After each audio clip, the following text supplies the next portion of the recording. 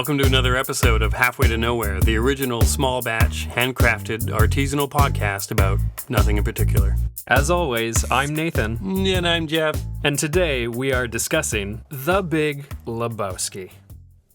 Okay, so today's podcast is going to be about The Big Lebowski. Never heard of it. Yeah, neither have I, actually. We're just going to watch it Right. during the podcast. We're going to watch it for 2 hours. Yeah. And you're going to hear our reactions to the movie. Yeah, live, as we experience the drama. I think it's a drama. I think so. Yeah. Yeah. Or is it a dramedy? It's like a horror/drama. Hormedy? A hormedy. A hormedy? Sure. That's got to be a genre. A hormedy? Yeah. Yeah. What's an example of a hormedy? Shaun of the Dead. Very good. Yeah. And Cabin in the Woods. Did you see that one? No, I never saw that one. That one was really good. I would have seen it for the funny bits, but it presented itself as being too scary for me. I don't like scary movies. Really? Nope. Oh. Not at all. I love scary movies. Really? Absolutely. Why do you want to get scared? Same reason you go on a roller coaster. I get a different feeling in a roller coaster. I don't feel like the roller coaster is going to kill me. Really? Nope. There's a bunch of cars that come to a stop in front of me. Right. A bunch of people get off. Mm-hmm. So I presume they just went on the ride. Right. And lived. So I'm fine with getting on. But you didn't see how many got on in the first place. When I go to a horror movie, yeah, guaranteed something's going to jump out that's going to scare the shit out of me. Sure. I don't like that feeling. But also, I would say there's probably an equal, if not better, survival rate from horror movies. I'm thrilled on a roller coaster. Yeah. I'm terrified in a horror movie. Okay. I don't like being terrified. It's possible that we've gotten a little off track. No, we're going to come around to it. Yeah, that's true. Yeah. But anyways, for people who haven't seen The Big Lebowski, do you think that there's people listening to this that have never seen that film? I'm married to someone who hasn't seen this film. I've played this. I've tried to play it up to her because this is Big Lebowski, top 10.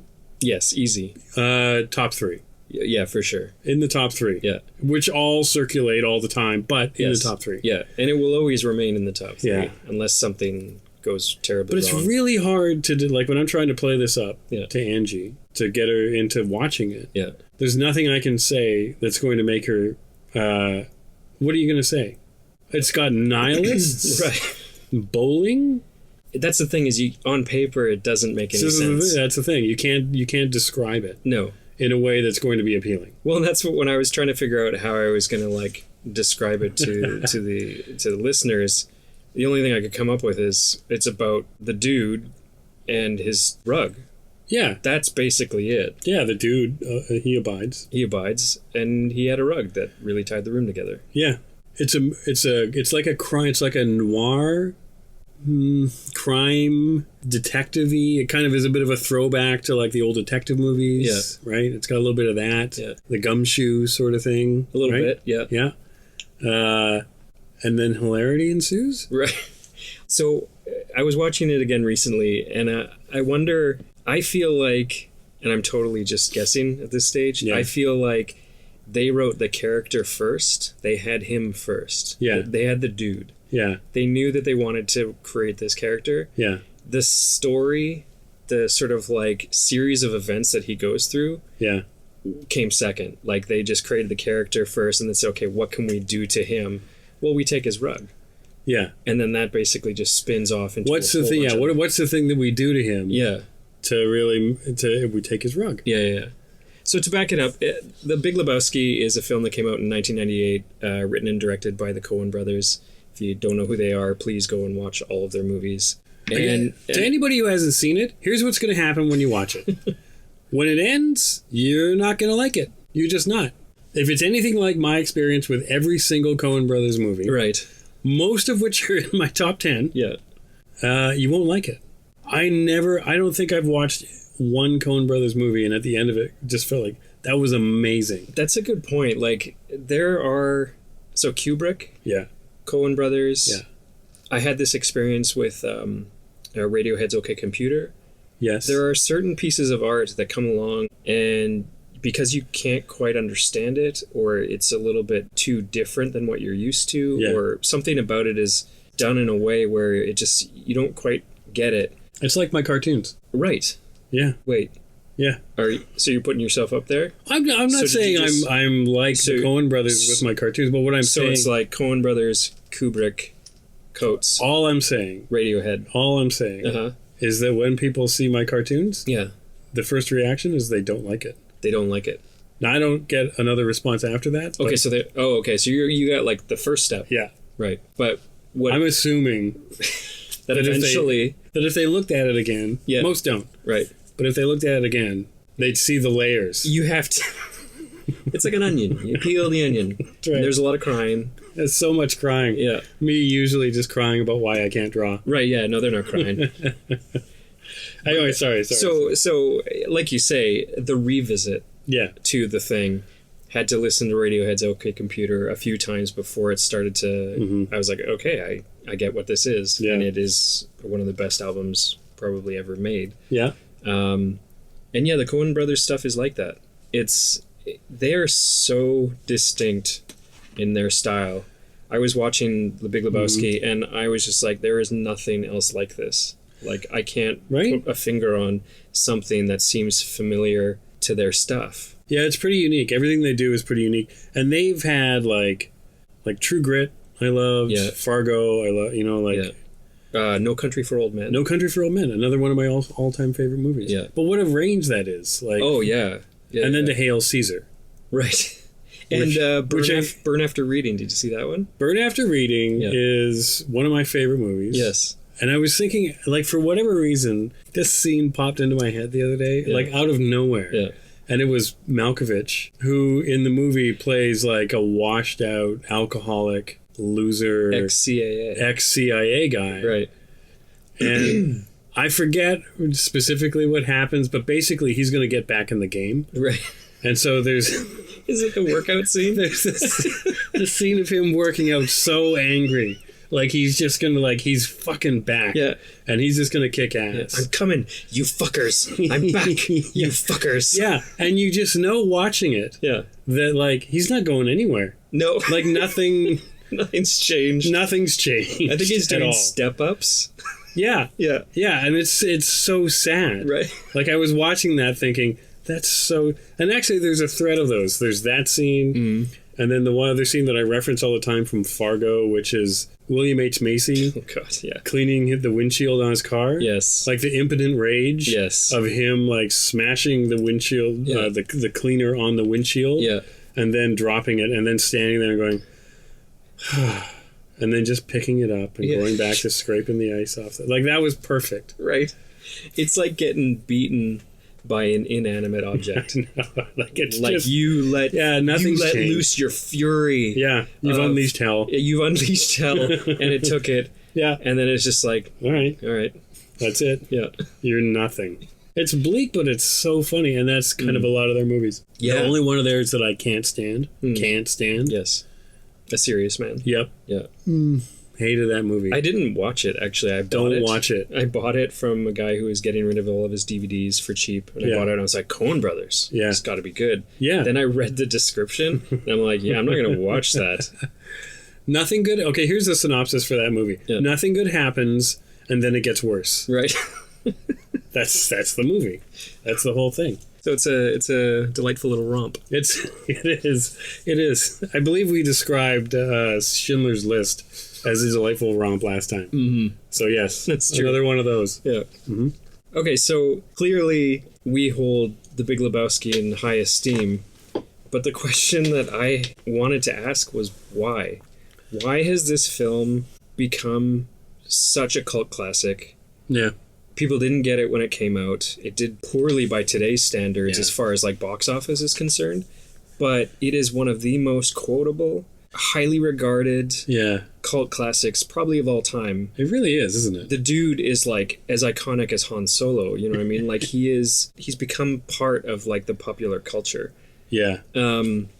Why? I don't... Okay. So we're not going to be able to answer why it is for everybody else. I was just going to answer why. For everybody. I mean, but that's fine. If you don't want to hear that, that's cool. If you want to answer for everybody, that's cool. I think everyone can agree that I speak for everybody. Yeah, that's true. Right? Yeah. If you have any problems with that, please send them an email. But for you, Why this movie? Why does it resonate? Why do you keep coming back to it? A lot of it's the characters. Yeah. There's two things. There's the characters and the structure. Yeah. Were the two things that I love. There's a scene in this movie when they're scattering Donnie's ashes. Right? That's the reaction. Doesn't matter how many times I've seen this movie, and I've seen it a billion times. As soon as I see them standing on the cliff, I start laughing. You start laughing. I start laughing, and I can't help it. And it's the characters. Yeah. So, John Goodman's character. Yes. His name is... Walter. Thank you. Yeah. Terrible with names. Everyone... It's all right. Will learn this. So Walter... Not when it comes to Gilmore Girls, apparently. Well, I mean... Priorities. I mean, who are we talking about? Are we talking about Lorelai or Rory or Logan Huntsberger or Rory's other boyfriends, paramours, Jesse or... I'm gonna cut you off. Dean? Yeah, we're good. We're good. We get it. We get it. Look, all I'm saying is... you know what? I'll leave it. Yeah, we'll do a Gilmore Girls episode later. Yeah, we will. You're going to be the only one talking. But you're not even going to be here. No. We're not even going to record it. I'm just going to be in a room by myself talking about Gilmore Girls. Yeah. But there's that scene where they're standing on the cliff and Walter is doing his shitty speech about Donnie's life. Yeah. And it's just, he's perfect. I don't know what John Goodman did to make that character so great. Yeah. But every time I watch him, there's pieces to him that just infuriate me on visceral, down deep levels. Right. That I know him. I know who that guy is. I want to say he's a Trump voter, but sure. But that willful, that ignorant confidence. Yeah. Is just so, it's hilarious to me. And the thing I love about him too is that he's actually a sweet guy. Yeah. Deep down, he actually does care for the dude. Yeah. And he cares for Donnie in some way. But he can't help himself. Yeah. He's just so angry. Help himself. Yeah. It's like he has constant PTSD. But confidence that comes from what? Nothing ever works out for him. Right. His whole... Oh, actually, there's something else. So nothing ever works out for him. Everything he does turns to shit. And he just comes off as a moron. But do you notice throughout the movie, Walter is completely right on everything. He is. Walter said that that's not her toe. Right. And that I can get you a toe in half an hour. Right. And he was right. It wasn't her toe. No. And he kept insisting that she had kidnapped herself, and he was 100% certain. He was wrong on the other Lebowski's ability to walk, though. That was one that he was wrong on. That was unfortunate. That was a rough scene. So one thing I do love about his character, and I really realized this the last time I was watching it, because I was really I was analyzing it a bit. Mm-hmm. He is exactly the polar opposite to the dude. Philosophically. Yeah. Because the dude is a pacifist. And this is a guy that was in Vietnam and relates everything to that war. Yeah. He turns everything into Vietnam. Yeah. And actually, there's a bit with the dude. He's just had sex with Julianne Moore's character, Maud. Yeah. And he's talking, he's giving her some backstory on who he is. Mm-hmm. And I actually had to look up a couple of the references that he made. One was that he was part of the Seattle 7. Which was actually a real group in Seattle during the Vietnam War that led, I want to say, riots in response to the Vietnam War. Yeah. If you're the Coen Brothers, do you just look up obscure groups that were doing shit in weird parts of the country and just go, yeah, he was probably there. Yeah, I mean, they built this backstory for this guy, right? Ineffectual. He was a roadie for some music, I can't remember what band it was. And then he also co-authored a manifesto about pacifism. Yeah. That was one of the references that he made. So the point is that he is actually against the Vietnam War, which means he is literally the opposite of Walter's character. Yeah. And yet somehow they're friends. They're best friends. Yeah. And there's figuring out how to solve a disappearance together. And the dude is so addled half the time. I don't think he really understands what's going on. Any sort of drive that he has kind of fades off in a moment. Right. He can't really he's just, fuck it. Yeah. Just fuck it all. Yeah. Let's go bowling. There is a moment where he finally puts it together. Yeah. And which is amazing, because you don't expect that from him. My favorite character in the whole movie? Donnie? No. It's the narrator. The cowboy. Yeah. So that was a character that I wanted to get into. I love him so much. So here's something about this film that I love, and it just happens so organically that I think you just accept it. Yeah. This movie makes no sense. Like, the stuff that happens and the people involved, and the fact that there's a cowboy who's the narrator, who is actually, like, he talks like he's a real cowboy from, turn of the century or something like that. Sam Elliott, by the way. Sam Elliott. Yes. Great actor.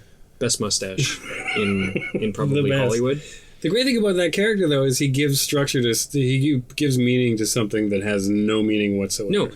He's in the shots, though. I know. He actually exists in the world. They're like, okay, we're going to have a narrator who's a cowboy, and a genuine, authentic cowboy. Yeah. And yet, you know what? We're actually going to have him in the bowling alley. Yeah. But you don't ever question it. You're like, yeah, of course.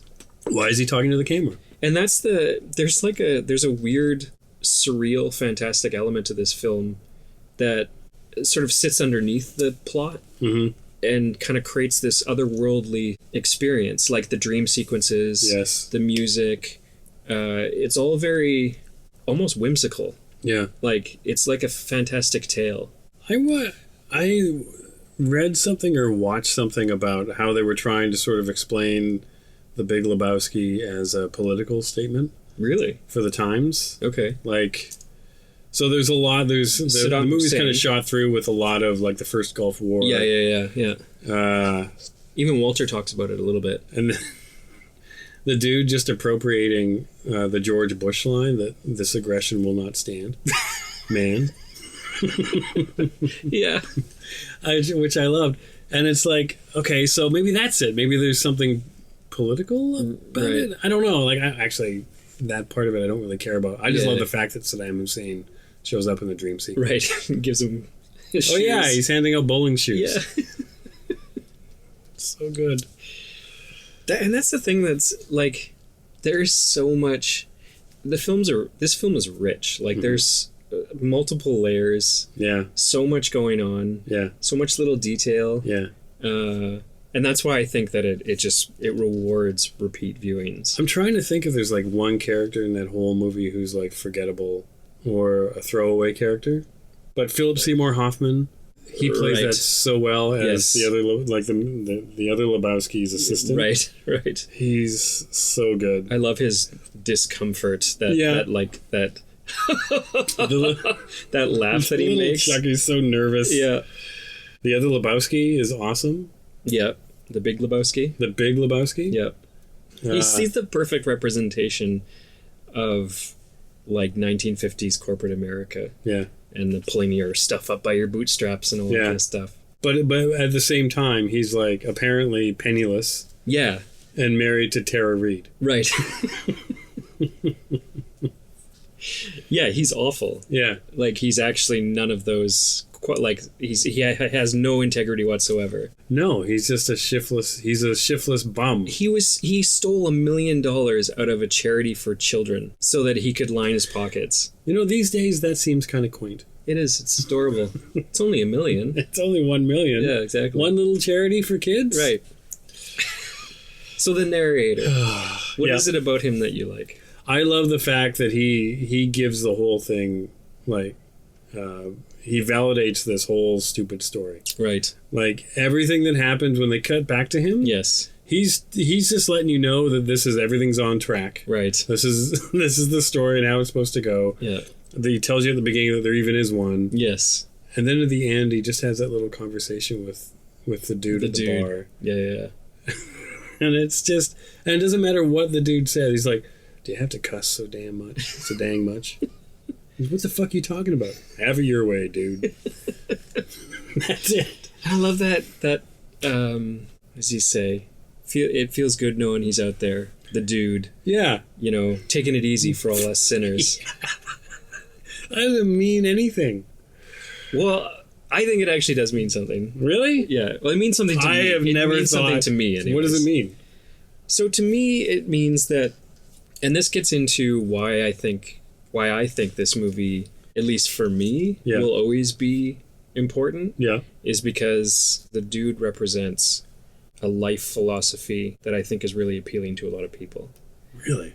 Absolutely. I think that the dude is, well, and this is something that Jeff Bridges talks about later. Yeah. Because, Jeff Bridges is an unusual guy. He has a Zen Master who he works with. Yeah. I don't know if you know this. No. But he has become the dude over the years. Very much so. Like the way Keanu Reeves became Neo? Neo? Nilo? No, Nilo from Finding Nemo. Right. God, you're great with names. Right. No, Jeff Bridges, and I don't know if you saw the Tron movie, the Tron Legacy movie, with Jeff Bridges in it. Nope. Oh, okay. He's very much the dude in that movie. Like, really? He has become that character in real life, I think. And I actually wonder, like, if Jeff Bridges was originally like the dude and he just fed into that character, or if the character came first and kind of influenced his life after the fact. You see I would find that remarkably sad. If he played a character and it started to influence him later on? Well, that's sad on a different level than what I'm talking about. We can get into that later. Okay. But the fact that the dude is the character that he's sort of like emulating? Yeah. So when I look at the dude, I see a burnout. Yeah. Like, he's hilarious. Really? And I like him. Yeah. But he's smoked so much weed. Yeah. He can't really hold a thought together. Yeah. He doesn't really care too much about... And every time he tries to sort of piece things together in this big caper that he's trying to solve... Sure. So he fancies himself at a certain point in the movie as a detective, right? Like, he's trying to sort it through everything, this case that he keeps talking about. Yeah. Cracking the case, all those types of things.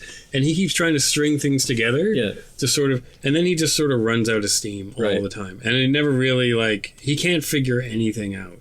Well, I think that he's...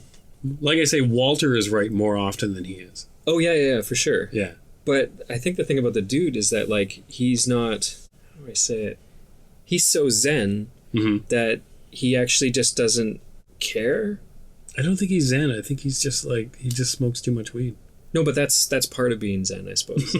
Anyways, what I was saying is that, like, Jeff Bridges, he works with Zen Master, and the Zen Master actually says that the dude is very zen in a lot of ways. Really? Yeah. And I believe it has to do with, like, just leading a simple life. Yeah. Not caring too much about, like, the larger issues. Like, not getting stressed out about that stuff. Yeah. And really... just remaining kind of like calm and passive. Okay, and all present. Of those things I can get behind. Yeah, yeah. It's I think it provides for, like, especially in, like, today's modern age where people are, like, constantly stressed by work, by any type of external pressures, be it your career or your family or whatever. He provides, like, a glimpse into a life that's super simple. And super pure in its focus on just the tiny things. Right. The things that make you happy, bowling. Right. Like, he literally lays on the floor listening to a tape recording of a bowling game. That's right. Like, he's just hearing the pins crack. Yeah. Like, that to him is time well spent. Yeah. And it's a pure focus on the thing that he loves. Yeah. And I think that, like, for me at least... He is an example of how I would want to simplify my life and live my life in a lot of ways. Plus, he will always be a great Halloween costume. Right, which I did. Did you? Of course. Did you not see that? I don't think I have. I won one year at Relic for that. Really? Yeah. It's pretty good. Yeah, it was awesome. How did Donnie and the dude and Walter become friends? That is a mystery. I think they just found Donnie at the bowling alley. Yeah. I think that they all met around bowling. I don't think that they were friends before bowling. Because how could they be? Didn't Donnie surf? Donnie was a surfer. Donnie was a surfer. That was one thing that I was watching Steve Buscemi talk about that character, and he said, I just love the fact that they mentioned this bit of trivia about him at the very end, and never mention it ever again, that he was a surfer. And there's nothing funnier than the idea of Steve Buscemi surfing. Right. If anybody's not going to be a surfer, it's Steve Buscemi. I don't think he's got good pop-up ability onto the board. No, he's not popping up. No. Yeah. That's interesting, though. That's interesting that you... Because that, for me, is a big thing. Do you not want to be the dude? The qualities you're talking about? Yeah. Like being present, not caring about things outside of your control. Yeah, for sure. And what was the other thing? Just leading a simple life. Those are actually all things that I work on in my life. All the time. Yeah. I work on being present. I work on like keeping things simple. Yeah. All those things. Like, have you ever fantasized about quitting your job and just going and having a much, much simpler life? Have you heard about the landscaping fantasy? Right. So the landscaping The landscaping fantasy is I have an office job. Yes. I have a job that requires a lot of meetings. Yep. There's lots of long schedules on things. Yeah, me too. Right? It's video games, so it's just a lot of moving parts and a lot of people and and sometimes the job can be very focused on just sort of having meetings about meetings that you're going to have, about more meetings. Totally, yeah. And the landscaping fantasy is like one time when I was at EA looking out the window and seeing a guy on a ride-on lawnmower going across the field, and I stared at him and just went, oh, that looks so great. Yeah. And I just thought, that guy didn't have a meeting. Maybe he had one meeting. He said, go to EA and cut the lawn. Yeah. Meeting over. And how do you know when you're done? The lawn's mowed. The lawn's mowed. Yeah, that's it.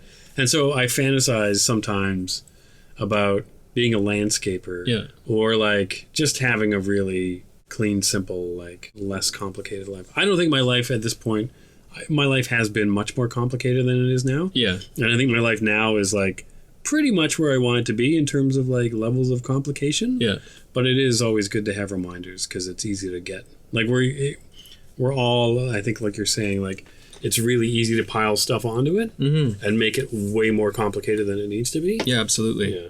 So yeah, you understand that completely the lure of ditching the complexity and stress, which I don't mind, of this stuff and having a much simpler life, which I love. Yeah, that part I like. Yeah, there's the part of it though where he's just like, maybe it's not by design. Maybe it's like the guy smokes so much weed and drinks so many White Russians that he can't get his shit together enough to get to the life that he wants to have. Like maybe he wants a more complicated, more fuller life. See, as soon as I say that, I don't think that's true. But is it a function of like outside substances, or is it a function of like design? Like he wants to live this way? I don't think he has any inclination to actually get a job, nor does he want one. Yeah. I think he believes that his life is perfect. I think I relate more to Donnie. Yeah. Shut the fuck up. You're out of your element. Yeah, exactly. That's it. Always out of my element. Always a step behind. I am the walrus. I love that they were talking about Lenin, the dictator. Yeah. And he's talking about John Lennon. I am the walrus. Yeah. He just throws out a line. I am the walrus.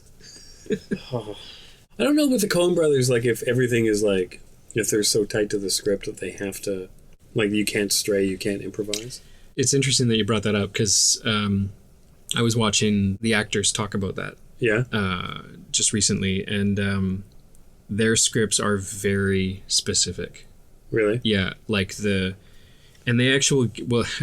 to Julianne Moore, who played Maud, she was saying that they would get you to do a take, but they would take out just a word or two. Yeah. To sort of change the flow of the dialogue or whatever. That's how specific they are. Wow. And the pauses, especially Jeff Bridges was talking about this. He said he would always try and come back to the script because the ... the pause that they've written in is very specific. They've put that in for a reason because it actually creates the flow that they want. And he said that when they were doing the rehearsals and getting sort of used to the dialogue, they would improvise a bit.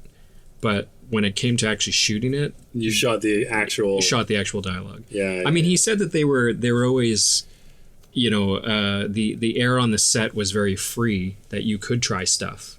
They're not like, dictatorial in how they shoot the scenes or anything like that. Yeah. But I think that their writing is very precise. Yes. Yeah.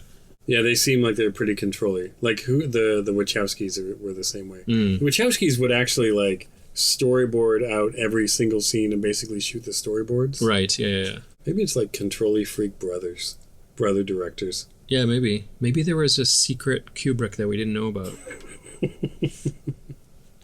And the other character that I really liked in the movie was... I know who it is. Do you?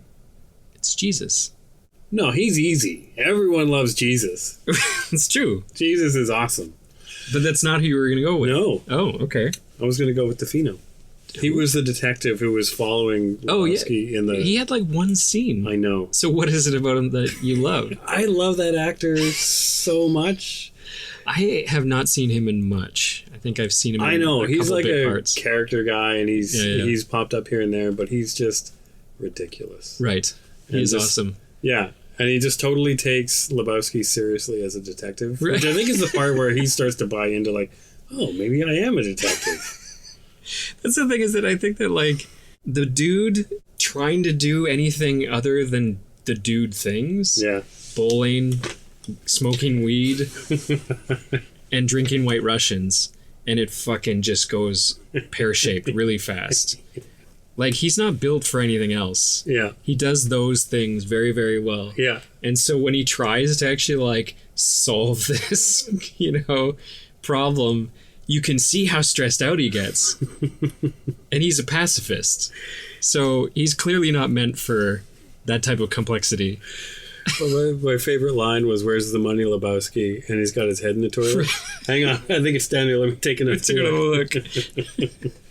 That's the other thing about this film, is their writing is so quotable. And I'm fascinated with what makes something quotable. Mm-hmm.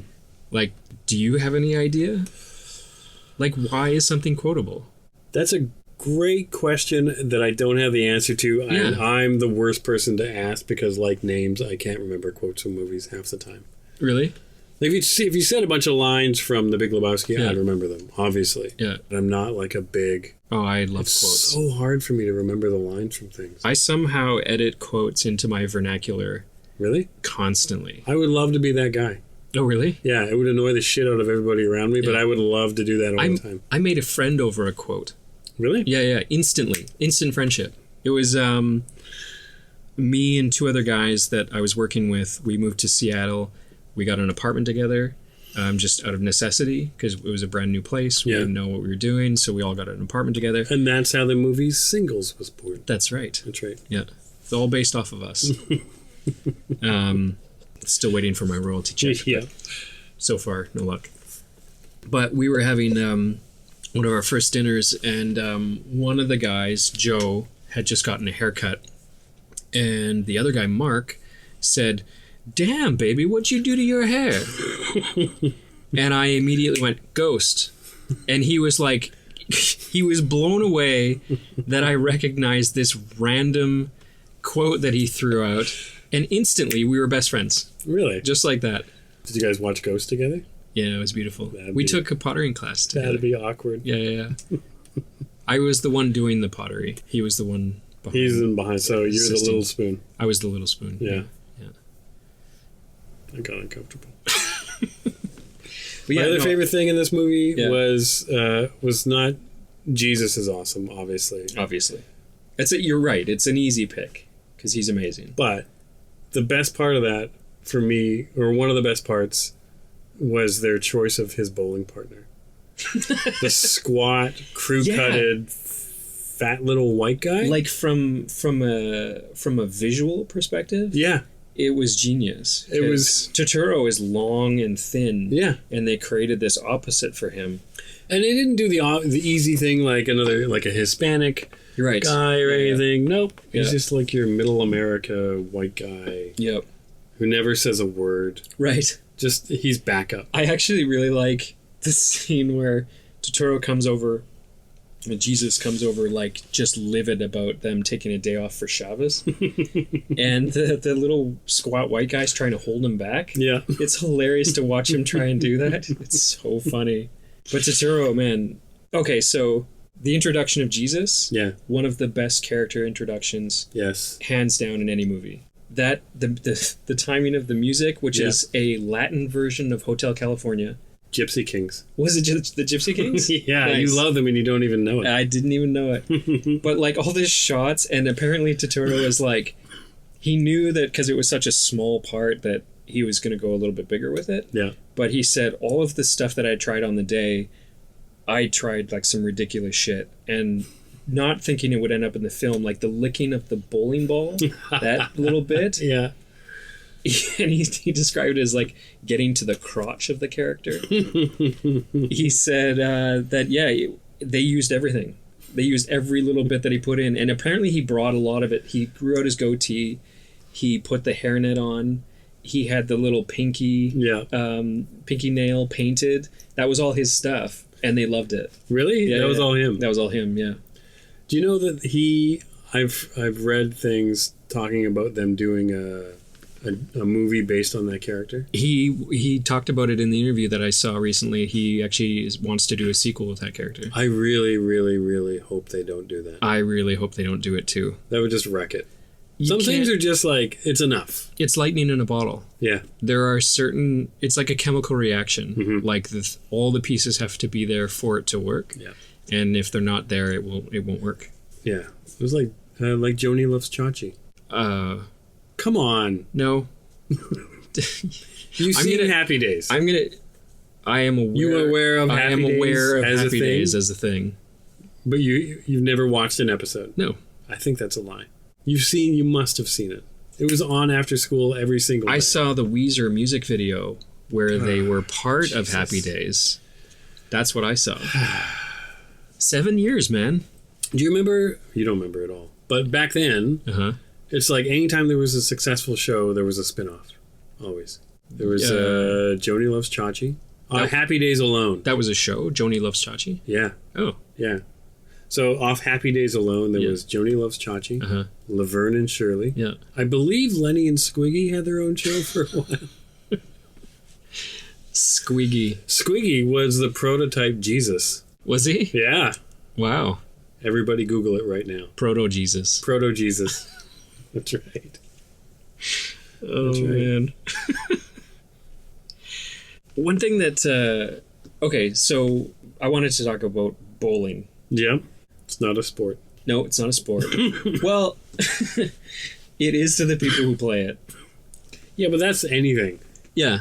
People who play darts think it's a sport. Yeah, totally, eh? Not a random act of chance. So, have you ever bowled? Are you a bowler? I've bowled. Yeah. I wouldn't say I'm a bowler. No. But I bowled. Yeah. Yeah. Do you enjoy it? And I mean American bowling. We're in Canada where they think bowling is 5-pin. That's the one thing I don't agree with in Canada is our bowling. Why did we do that?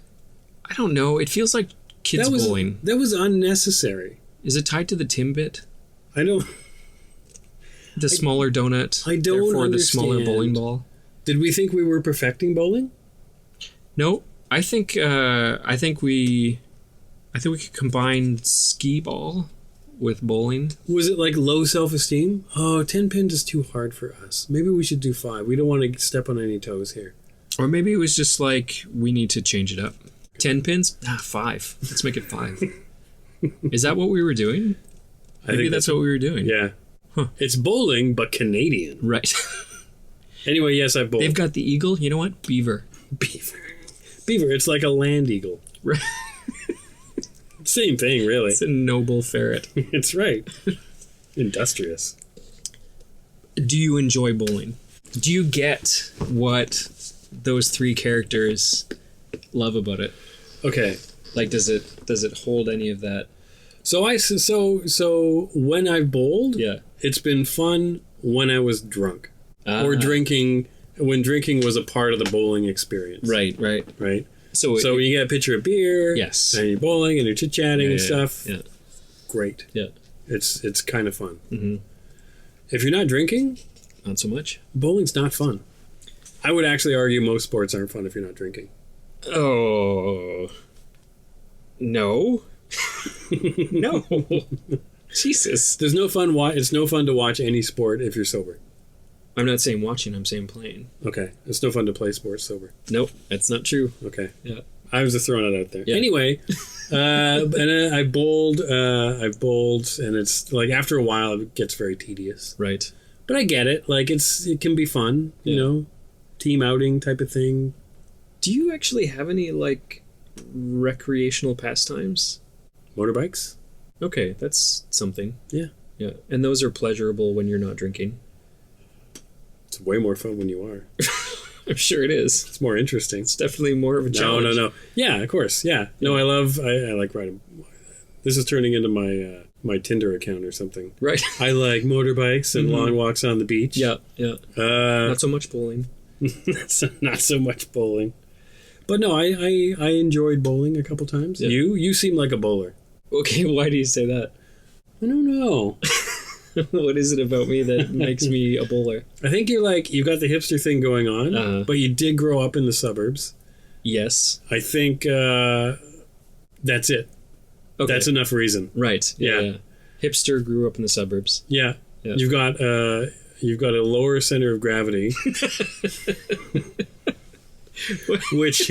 which implies you probably have a pretty good swing. So so my guess is you've bowled, yes, and have found yourself to be quite successful at it. I was actually pretty good at it. Yeah. Were you a junior bowler?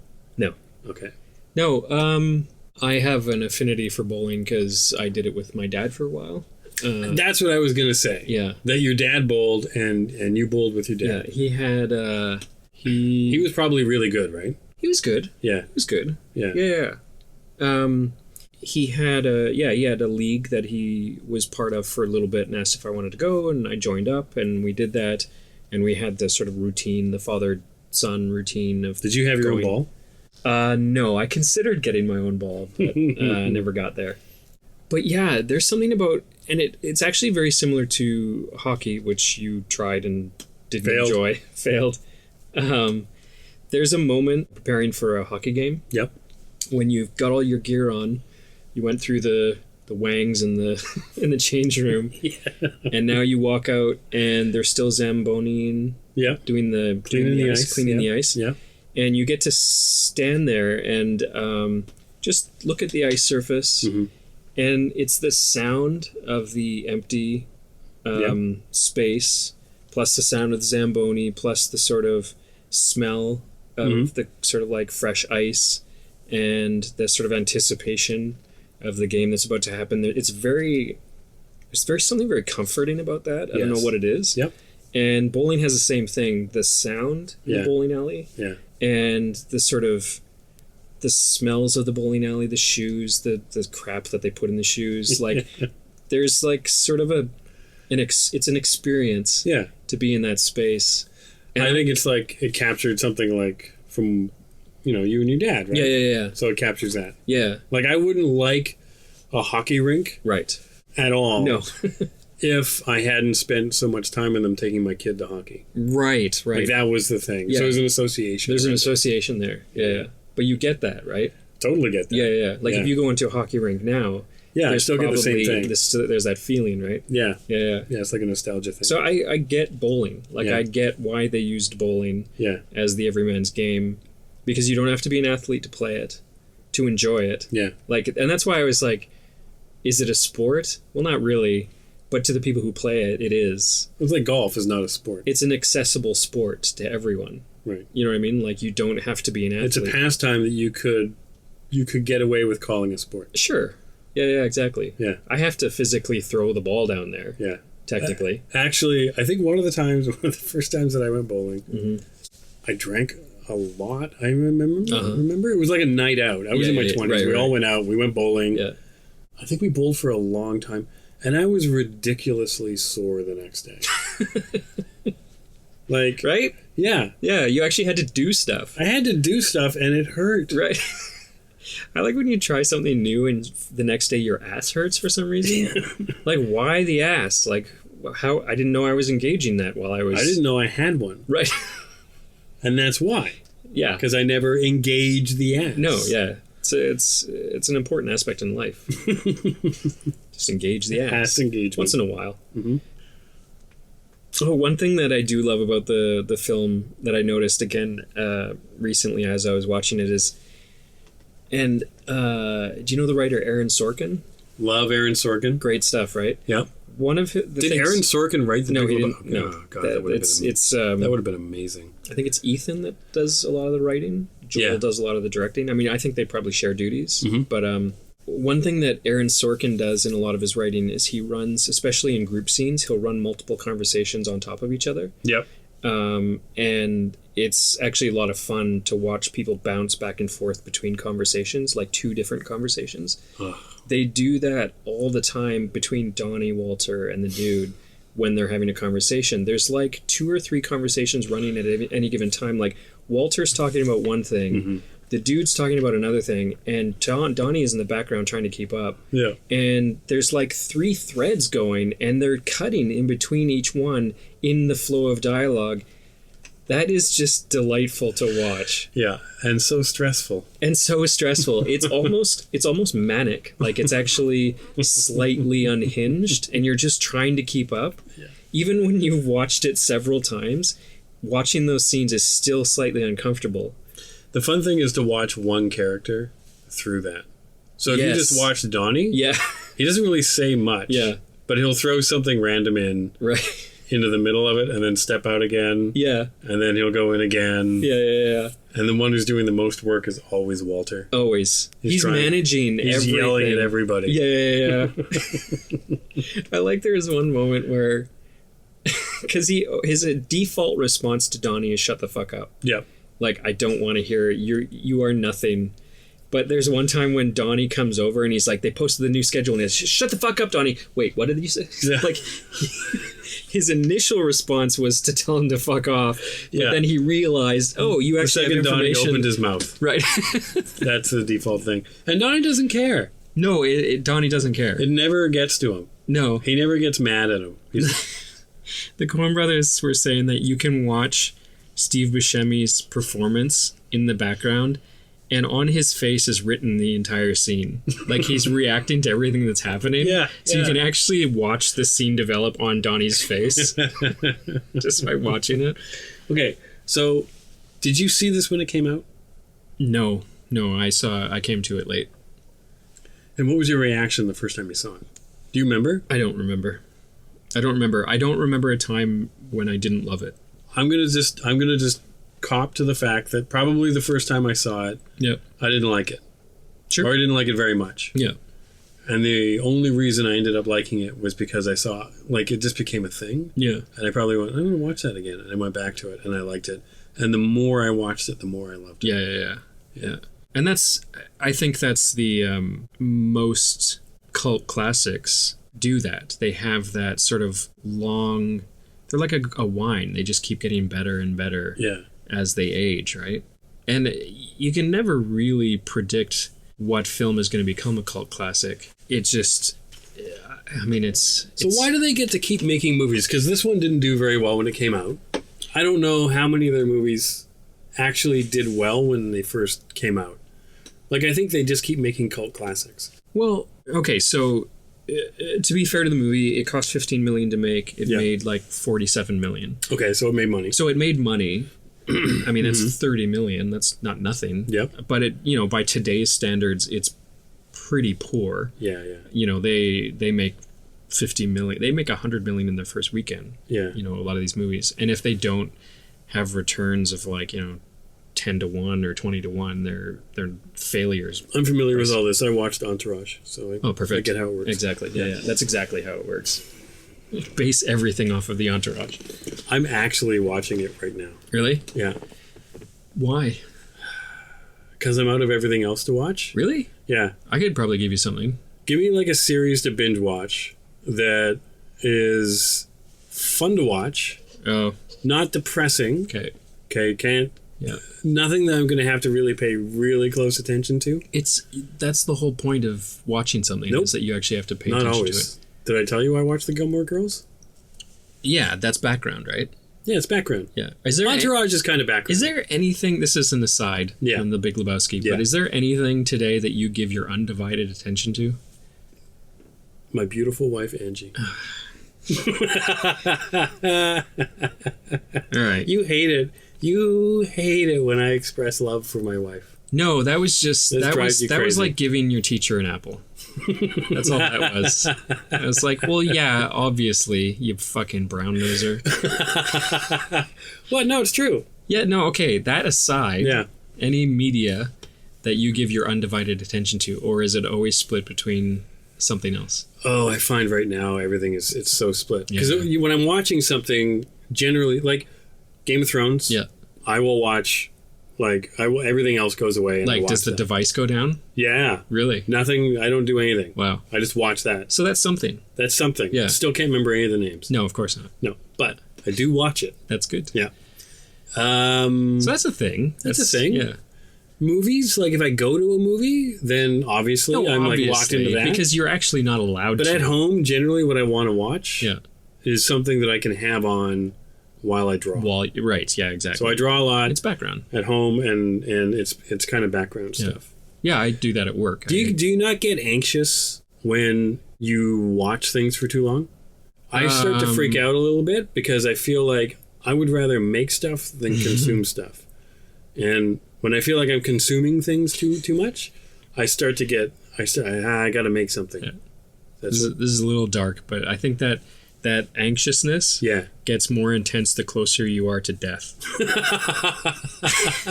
Yeah, that did get dark. Okay. Yeah. No, I don't. Because you're like, I am running out of time. Why am I wasting it on this movie? I don't actually think I'm running out of time. No. It's just like, how do I want to feel that? Don't you ever feel like you were talking about this morning, that like anybody in their 50s is a candidate for heart attack. Yep. So you know what I mean? Like, don't you ever feel like there's like a bunch of creative shit that I still want to do? Yeah. And I'm actually running out of time to do it. No. You never feel that. No. You should. Nope. Here's what I think. Yes. It's not like the way you're describing it is like that there's a bunch of things that I want to make. Yeah. Right? Like things that are completed and done that I have made that I'm running out of time to make. Sure. Right? For me, it's not those things. Mm-hmm. It's like, how do I want to spend my time? Yeah. I would rather spend my time making stuff. Right. I don't actually put as much concern into like the finished product as I do the actual the making of. It's the journey, not the destination. Thank you. I didn't want to say that. That's corny. It's the truth, man. But it's true. I'm like the dude in that way. Come on, give me that one. All right. Yeah? Yeah. Uh-huh. Yeah. Very dude-like. Lactose intolerant, though, can't have White Russians. But I would rather spend my time making stuff. Yeah. Than consuming stuff. Yeah. So when I'm sitting there watching TV for like if it was just on. Sure. Yeah. And I'm just sitting there passively watching it. Yeah. I get depressed. It's like when I sleep in. Yeah. I don't like sleeping in. You're wasting time. Wasting time. Yeah. Want to get up and start doing stuff. Yeah. No, I hear that. Yeah. Yeah, totally. The problem with getting up really early as I do. Yeah. You really need a nap by about 11 o'clock in the morning. Well, naps are, yeah. Naps are underrated and the greatest thing that ever. I find the two defining factors in knowing that you're an adult are naps are awesome, and so are socks. Getting socks for Christmas all of a sudden became awesome. Yeah. Yeah, when it was actually the worst thing as a child. What do you got there for socks? What do you do? Nothing special. Really? Yeah. I haven't embraced the fancy socks. Are you a fancy sock guy? Yeah, I see a little bit of fancy sock poking. Well, I got 7 years on you. Yeah. And there is a point as a man where you will go, what am I doing with these old athletic socks? I need to up my sock game. No, we had this conversation. Did we? Yes, we did. Okay. I'm not going to get into it. Why? But we differ on socks. Like, that is definitely a point of difference between the two of us. We both agree socks are awesome. We both wear socks. Yes. That is the common ground. That's it? What those socks are and what they mean two very different things between you and I. No, that's a different podcast. All right. We don't want to get into that. I promise you we will have an entire podcast on socks. Okay. Yeah. I'll win that one because everything is a competition. Okay, so on some level you do appreciate the dude.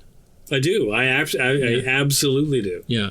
Don't get me wrong. I don't not like him or don't appreciate him. I actually do. Yeah. I like his general outlook on life. Yeah. He's fairly positive. I like his easygoing nature. Yes. All those things. Yeah. All I was saying was like, oh yeah. I wonder if he's like, is he Zen or is he a loser? Right. And I think it's kind of ambiguous. I think is he a loser is really depending on your point of view. Yeah. You know what I mean? Yeah. Like the Big Lebowski. Yeah. Thinks he's a total loser. Yeah. Yeah. Get a job. But as far as the dude is concerned, he's living exactly the life he wants. Yeah. And the Malibu police chief. I love him. I love as he's toppling over after being hit in the face with his coffee cup, he calls him a fascist. Yeah. Stay out of my beach community, Lebowski. So for me, the dude represents a lifestyle that I aspire to. Really? A simplicity of life. Okay. What aspects of his life specifically would you take on as your own? I would take on focusing on less things. Yep. Focusing on the things that make me the most happy. Mm-hmm. Not engaging and not caring too much about the things that will, stress me out. Mm-hmm. Leading a simpler life. Yep. All he cares about is his rug, man. If you had to pare your life down to a few things, so you take your life now and you go, I'm going to go live the dude lifestyle. Right. Yeah. What are you taking with you? I think I would ditch my phone. Yeah. Yeah. I think I would only want to bring things that I could either create some kind of art with. So maybe a camera, any device that allows me to draw or, do video editing or make music or something like that. Those are the things I'd want to bring with me. Any connection to social media, gone. I think I would still want to engage in other art. So I would want to still read. Yeah. I'd want to watch film. Yeah. I'd want to listen to music. Yeah. Those three things. Okay, so what specifically are you ditching apart from social media? Apart from social media, I would ditch probably my television. Yeah. Game consoles. Yeah. What about your house? You got a mortgage, right? Oh, yeah, no, totally. I mean, if I could live mortgage-free, I think there's nobody in the world who would not want to live mortgage-free. Okay, so let's say you're going Lebowski. You're going full Lebowski. Full Lebowski. Right? Which means your income is questionable. Well, I don't really know where he made his money. The logistics of the Lebowski are that I think he just goes from welfare check to welfare check. I think. Okay. Or he has like a few thousand squirreled away that he's just kind of living off. Like he probably got into a car accident, he got rear-ended, and he got a settlement or something. And somehow he just manages to bounce from like small amount of cash. So I'm going to argue something. Okay. That's complicated. It's complicated to be poor.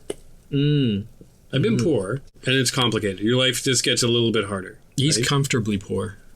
And I think there's a difference. So, like Lebowski, you're going full Lebowski. Can you be comfortably poor? Well, no. Okay, so if you're getting into the reality of living that life, okay. Well, then no. His life is an ideal. I don't think it's a reality. Right. Because there is no answer to the questions of where he gets food, how he's paying for rent, what happens to him when he breaks his arm. Like, none of that is actually addressed in the film, and none of that is addressed in the fantasy either. I feel like it's kind of implied. Well, I think if he breaks his arm, he just smokes a lot of weed. And just still the bones knit again. Yeah, exactly. Like, he can't go to the hospital. He doesn't even have a fucking social insurance or social security number. Yeah, that's right. You know what I mean? He just has a true value card or something. Yeah, that's his ID. That's his ID. Yeah. So, so that's where I think, like... I don't want to live his life to the letter. I don't mean specifically like here's your video card. His ideals for an industry that doesn't exist anymore. But yeah, like, but the thing about that is like the simple life. Yes. Is non-attachment to things, right? Yep. So if you're not attached to things, and you are stripping away. Yeah. And the reason I ask this is because I have been in situations in my life where like I've had like next to nothing. Yeah. And that was very liberating because now when things are going okay, yeah, I think I could go back to that. I could go back to like not having very much and still be happy. Yeah. Like how much of my happiness is attached to stuff and things. Yeah. Just keeping it in the whole dude milieu. Like, I mean, he has his things, right? Yeah. Like, if somebody stole his CCR tapes, he would be bummed out. If somebody stole... I just had a picture of him rocking out in his car to CCR. He fucking loves CCR so much. I actually don't understand why he hates the Eagles. Like, I'm not young enough, or I'm not old enough to really understand the difference between CCR. You stop playing the age card, man. You're not that... You're 40. Yeah, I'm 40. But I think you have to be in your 50s to really understand the difference between Creedence Clearwater Revival and the Eagles. I'm in my 40s. Yeah. I understand the difference. Yeah, but you're late 40s. I just entered 40. So what's the difference? I'm in my mid 40s. I could credibly be called in my mid 40s. Sure. Mid to late? Mid to late. Mid to late. That's fair. We're going to cut this part out. So yeah. Fuck you. So what is the difference between CCR and the Eagles?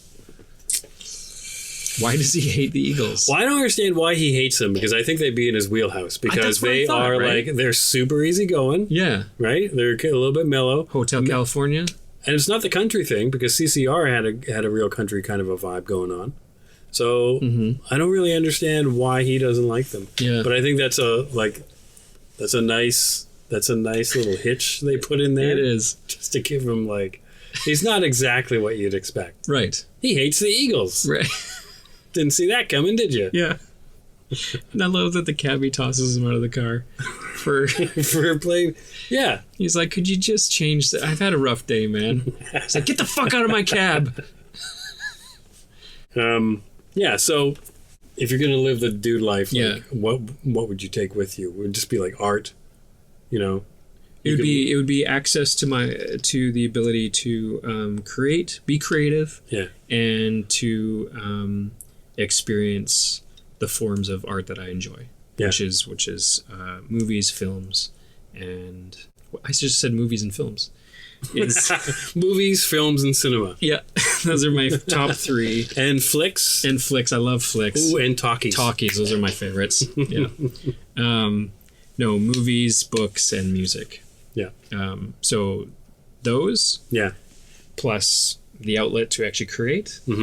Plus my girl and my dog. That's all I really need. I think I'm the same. Yeah. I mean, my girl, my dog. Yeah. Not your girl, your dog. Yeah. Maybe your dog. No. My dog. All right. I'll keep my dog. You keep your dog. Like my dog. My dog's my dog. Back the fuck off from my dog. My dog's cuter than your dog. I think... Whoa. Yeah. Whoa. That's right. But so like a character like the dude... Yeah. I think I use as a reminder. Yeah? Yeah. When I watch the Big Lebowski, I am reminded that I need to pay attention to keeping my life simple. Because it is, for me at least, it doesn't come naturally. Like, I can very easily let myself get overwhelmed by the complexity of all the shit that I have to do. Yeah, and you start thinking ahead. Totally, and yeah, it just kind of, it can get overwhelming. And so he's a life lesson. Yeah, he's a role model for me in a lot of ways. I don't smoke tons of weed. I smoke no weed. You don't smoke any weed? No weed. And actually, that's one thing that I'm always like, maybe I should smoke a lot of weed. Like, I would be very interested to see you smoking, you as a result of smoking a lot of weed. Like, what that looks like. I wonder what that would look like. I can't believe you could get any more mellow than you already are. That's the thing. And that's... I don't think you would. No. I think you would get really paranoid and anxious. Really? I think you just go in the complete opposite direction of where I would want to go. Yeah. That's why I can't stand weed, because that's where it took me. That's interesting that you say that, like, I couldn't get more mellow. Yeah. Do I put that out? Yeah. Like that I'm a mellow Okay, let me guy? ask you a question. Yeah. Do I seem sarcastic to you? Yeah. That's a surprise to me. Really? Yeah. So we're not always the best judges of ourselves. Right. That's fair. So you are like the most even-handed, reasonable, mellow guy that I have probably ever met. Yeah. Because, like, that's not one thing the one time I've ever seen you get mad. Really? When was that? What was I mad about? Was it something that you did? You get mad when someone points out that you were wrong about something. Oh, yeah. Yeah. And you come back with a lot of evidence as to why you were not wrong. Was I right? No. Or was I wrong? You were wrong. What was I wrong You didn't about? like it. No, I didn't You didn't like having... I don't think you like having it pointed out. No. And you don't like the fact that you were wrong. Yeah. Those two things. Yeah. That's the only thing that'll rile you. Yeah. My brain is very, very logical. Yes. And so when somebody points out the flaw in my logic, or the flogic, as I like to call it, it's good, eh? Yeah, man, it rattles me. Yeah. It rattles me big time. Yeah. Yeah, your worldvieat just got shook a little bit. Yeah, totally, eh? I had that shit. I had it locked down. Yeah. Like in my head. Yeah. It was like the concrete, like I'd put in the rivets. Yeah. It was It all locked. fits together. It all you fits finished together. building the IKEA chair. Yeah. You tightened it up. Yeah. You remember when you tighten it up with That the Allen last key? one? And it's like, Yeah. And you're like- then you look down and there's a piece. and there's a fucking piece missing. And you're You're like, where the hell does that go? And then you just are convinced it's an extra piece. Right. Yeah. But no, someone that- points out, no, look, see, it goes right there. It goes right in there, And- right in the center yeah. of the thing that you Yeah. just built, you idiot. Yeah. Yeah. You're not grateful for that information. No, fuck you. Yeah. I built the desk. The desk is fine. Yeah, it shakes a Exactly. little, but whatever. Yeah, that's how it's supposed to be. That's right. I don't live in your cookie cutter little perfect IKEA world. Yeah, that might be a... Whatever. You're fine. You know what? You're fine. I'm fine. If there was a tick or an ism that you could have, being extra reasonable is a good one. Sure. It's a good one to have. Yeah. Like me. Yeah. Super reasonable. Super reasonable. I'm just amazed at when I listen to these podcasts, Yeah. when I listen back to them, Yeah.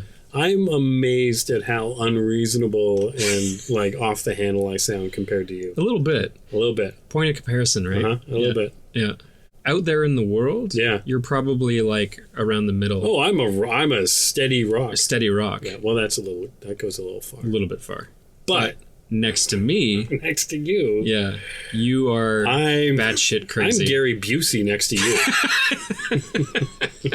Late Gary Busey. Late Gary, wall-eyed Gary Busey. Yeah. Yeah, that's a good name for this episode. Oh, but he has mental illness, doesn't he? I don't know. I feel Does like he? Yes. I know he went down on his motorbike and he hit his does. head pretty dang hard. Who's the Nick Nolte? Nick Nolte Yeah. from the police photo. Yeah, That's who you are. I think maybe not quite. We're not quite there. I'm just saying Nick Nolte is I wouldn't I describe don't myself wanna- as mugshot Nick Nolte, though. next to me. Well, Yeah. through the lens of you. Me. Yeah. That's why these are so good. Try this works. But yeah, to circle it back, I do like to do that from time to time. I like how dude am I at this stage? am I how like on a scale of 0 to dude, to full dude? Yeah.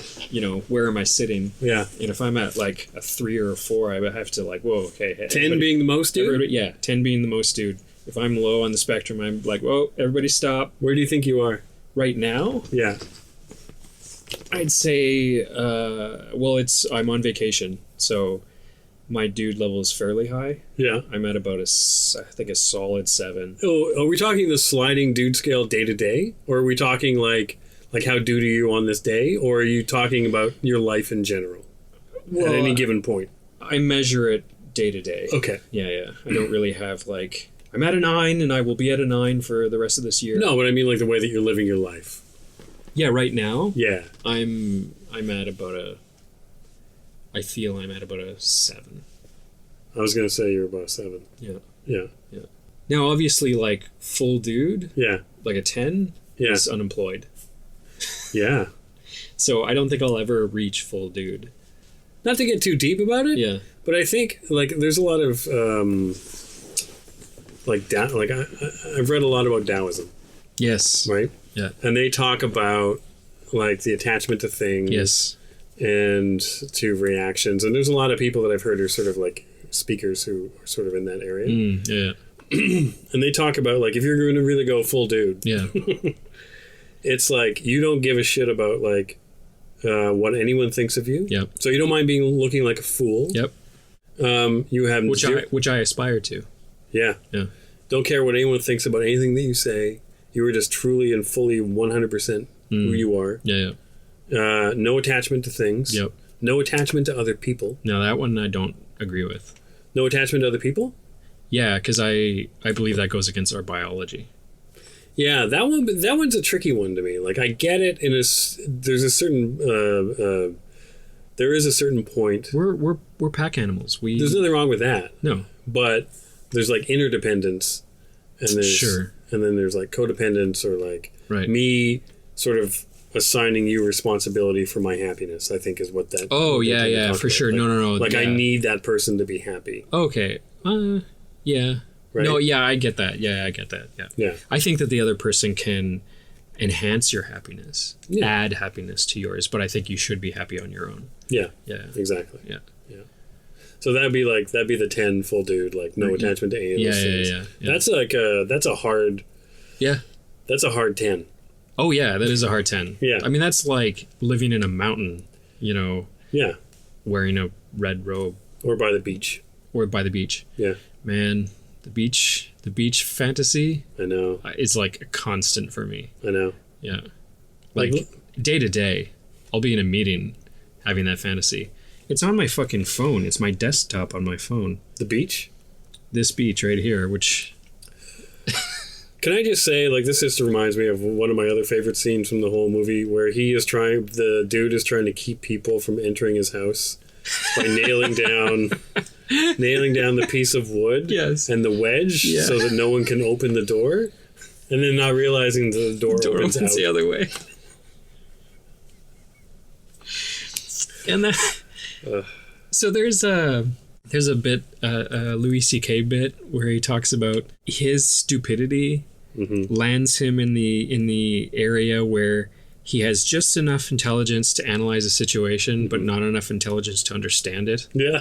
So he'll analyze it and come up with some weird conclusion, and then hate himself for not understanding. Are you serious? Yeah, like you really had that thought? Right. Exactly. And he actually says that he wishes he was a little more stupid so that he could just be like kind of blissfully happy about shit because he doesn't understand any of it. Yeah. And I feel like that's kind of where the dude is a bit. He's so high that he doesn't really quite understand anything. Yeah. That's probably more to the point. Right. If you're there, but that's actually kind of pleasant. If you're there and you can go a little bit more stupid, or a little bit more smart, to actually smart enough to the point where you can figure the shit out, right? But then you've got more knowledge, right? Yeah, which with it comes more sadness. Yeah, probably. I think so. And that's the thing is that like the intellect, is tied to awareness of the shittiness of things. It's deep, eh? Like I don't know if I ascribe to your worldview. Okay. Yeah. Do you think things are inherently shitty? Do you think life is hard? Yes. Nope. Next point. Would you ask me won that one. Okay, I tell you what. Yeah. I won't say hard. Yeah. But I will say that life is unforgiving. Life makes no considerations for your particular situation. Life just is. Yes. It just happens. Yep. And if it's hard on you, that is just the nature of existence. I think if it's hard on you, yes, I would agree. Yeah. Hey, you didn't do anything. Nope. To make it hard on you. No, and it's not intentional. It's not vindictive. Nope. It's just happening. Yeah. The world is just happening. But how hard it is has a lot to do with your outlook on it. I can't see I think that's a good ideal, but I think there are situations that it's pretty hard to make light of, like getting cancer. Yeah. I can't tell somebody that that's not hard because of your perspective on life. Of course not. You know what I mean? Yeah. So I think yes, for the most part. Yes. And that's the thing with life. This is one thing that I will say with 100% is life is never black and white, this and that. Yeah. The answer is this, the answer is that. Life is complicated. Yeah. And we try to reduce it down to simplistic ideas. Yeah. But it never adheres to that. Yeah. Because it's just a chaos of all these different things happening all the time. Yeah. And so we try our best to make sense of it. Yeah. But there's no one rule that applies at all times. But I think you're right. I think that in general, the outlook that you take into life will dictate how hard or easy it is. Yeah. For sure. So speaking of... I love that we're getting this deep. I know. Off the Big Lebowski. For the Big Lebowski. Yeah. Because I think that the Coen Brothers would appreciate that. Okay, so let me ask you this. Yeah. What do you think is the ideal... You said, like, it's what you take into it, right? Sure. So life just is. Yeah. Right? Yep. What do you think is the most reasonable response to that? Like, what's the most reasonable way to live your life? For me, I think it comes down to only worry about the things that you can directly control, and everything else, just let it be. That to me has been sort of a guiding principle. The other one that I couple with that is if it makes you happy and it doesn't hurt anybody else, by all means do it. I actually encourage that. Yeah. Yeah. Those are sort of the two main ones. It's pretty good. Yeah. How about you? Gratitude. Actually, Gratitude and acceptance. Yeah. So I have, and I mean that in all cases. Yeah. So I have been through some very shitty things, and people have told me, try being grateful right now. Right. And I was like, fuck you. Totally. Because it seems like a real dick thing to say. Yeah. But I tried it. Yeah. Like when you're feeling really bad. Yeah. Or things are really bad and you're scared. Oh, yeah. Or whatever it is. Yeah. And then just go, I am super grateful for this. Yes. I went, huh. Yeah. Well, that changes it. Yep. And the reason why is because, you're right, I think life just is. Yep. And if I'm grateful for the fact that I get to actually just be here. Yeah, 100%. Like I just get to experience whatever this is. Yes. Right? Exactly. So I get to have all these experiences. Yeah. And this is something else in Taoism. They talk about like the like there is no this or that. Yeah. It's this and that. Yeah. So if I'm feeling pain, it's the only reason I know it's pain is because I've felt no pain. Yeah. Or the only reason I'm feeling sad is because I have felt happy. So I understand the contrast between the two. Right. So then I'm grateful for the sadness because you know what happiness is. Yeah. Those types of things. Yeah. So that's been really helpful. Yeah. And then acceptance is just like you say, like life just is. Mm-hmm. So the only thing that causes me undue pain, more pain than is necessary, is me fighting against reality. Right. And me like thinking things should be a different way. Yeah. And things just are the way they are. Yeah. So what am I going to do about it? And that's the thing, is that like if you can't control it, really spending any time, worrying or stressing or focusing on it is kind of a waste of time. I feel like right now we should be playing Bobby McFerrin's "Don't Worry, Be Happy" in the background as we vamp out of here. Oh, I like that. Right? Yeah. Pretty much exactly. That's all we're saying. Yeah. Just don't worry. I just want to like drift off into kind of like a late night FM voice. Yeah. Absolutely. Yeah. So The Big Lebowski, I watched it recently, probably for, I don't know, the umpteenth time, and I loved it just as much as I watched it when I watched the first time. Yeah, it's one of those ones that you just can't turn off once it starts. Yeah. You know, one thing that you mentioned, one of the great things about having a beloved film is the when a scene starts and you know what's coming, is the preemptive laugh. Is when you start laughing ahead of what's coming. That's, I really enjoy that. It's like the dude knows the ashes are going to go in his face. Right. He's just standing there listening to Walter go on, and he knows what's coming. Yeah. And when it happens, he's not surprised. Yeah. He's just, God damn it, Walter. Yeah. So and the narrator, the way he ties it up at the end, when he says that, like, this is how the whole human drama just keeps going, cycling through again and again. Mm-hmm. And that's what this is. Mm-hmm. Yeah. Nice. That's the show for today. Thanks for listening. If you liked it, click subscribe below. And if you want to see more of my work, you can follow me at jeff.coates on Instagram, Jeff Coates on YouTube, or you can go to my website at satochicken.com. If you want to see more butts, that's a different website.